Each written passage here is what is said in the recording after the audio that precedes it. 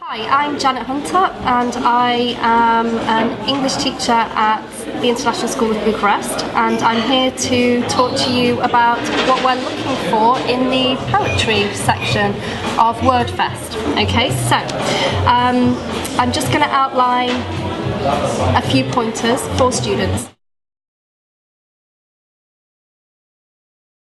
To make a really good poem, for it to stand out from all the rest, it needs to have personal input. It has to be personal to you, otherwise you're not going to be able to write enthusiastically and genuinely, okay? Because sincerity comes through in your writing. So if you're insincere when you're writing, if you are attempting to write from a point of view that isn't your own or isn't your own opinion, then you're going to find that quite difficult. Sometimes it's easier to write about things we know than things we don't know, even if it's a topic that you don't like, even if it's something you really dislike. If you know a lot about it and you're having a personal response to it, then it will be really, really effective when you write about it.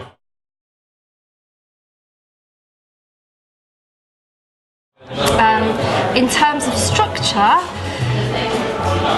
all poems have different structures. We know that poems don't have to rhyme. We know that poems sometimes use lots and lots of literary devices like similes, metaphors, rhythm, and some of the more complex ones like iambic pentameter and things like that. But you don't have to do that. Your poem should have some form of poetic structure, but it's up to you what you do, because different structures have different effects, okay?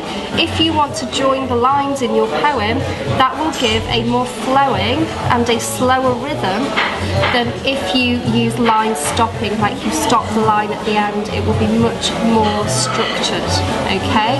So it's up to you how structured you want your poem to be.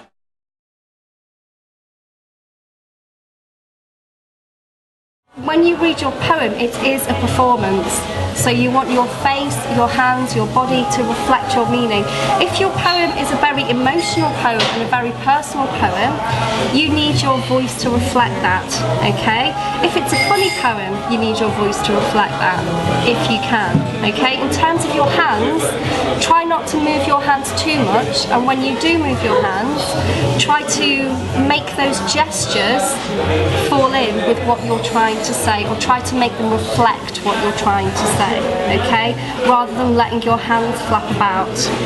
Also, face your judges. Try to look them in the eye if you can, even if you feel shy, because people like eye contact, especially judges. They like to feel as though you're speaking to them, and that gives your poem much more emphasis, okay, and much more weight as well, because it seems as though it's coming from you.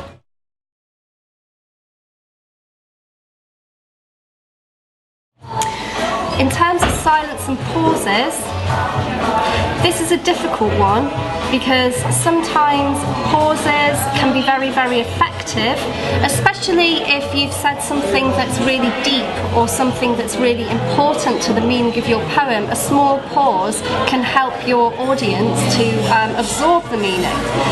But you don't want to be putting pauses in anywhere and everywhere just for effect, okay? One or two is fine, all right? And you want to try and keep your voice nice and slow and clear as well.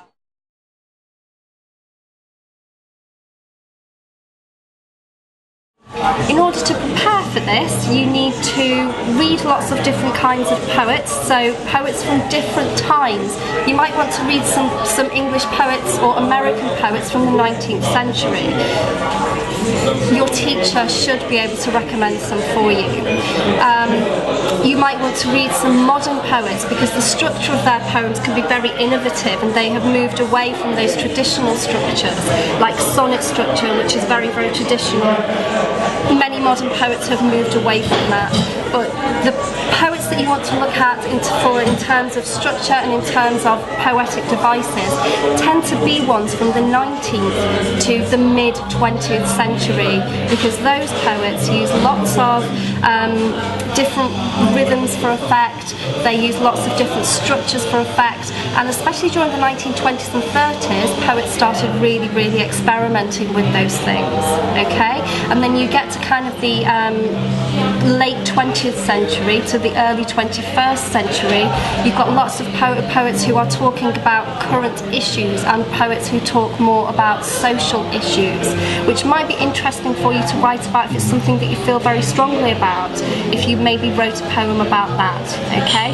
But they tended to experiment more with structure and try and loosen the structure of poetry a little to make it more accessible for a modern audience.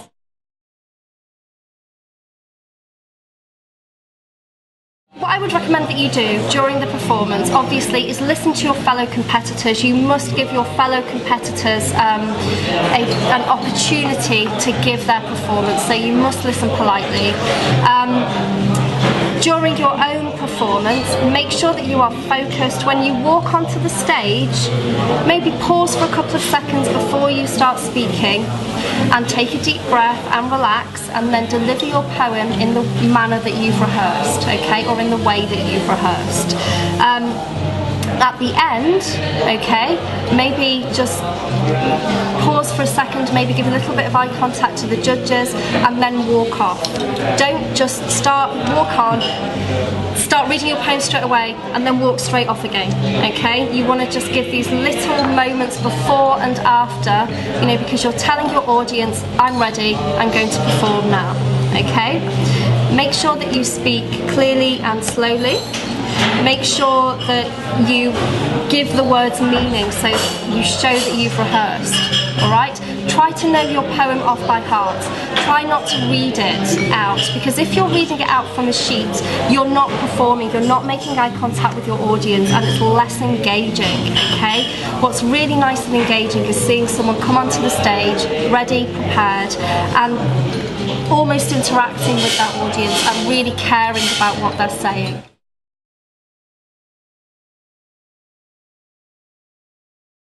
If you're going to choose a poem, it needs to be one that has meaning for you personally. So it needs to be about an issue that you're interested in, or it can be something that has affected you particularly, maybe something that's been in the news, but obviously something not too serious, something that's appropriate for your audience.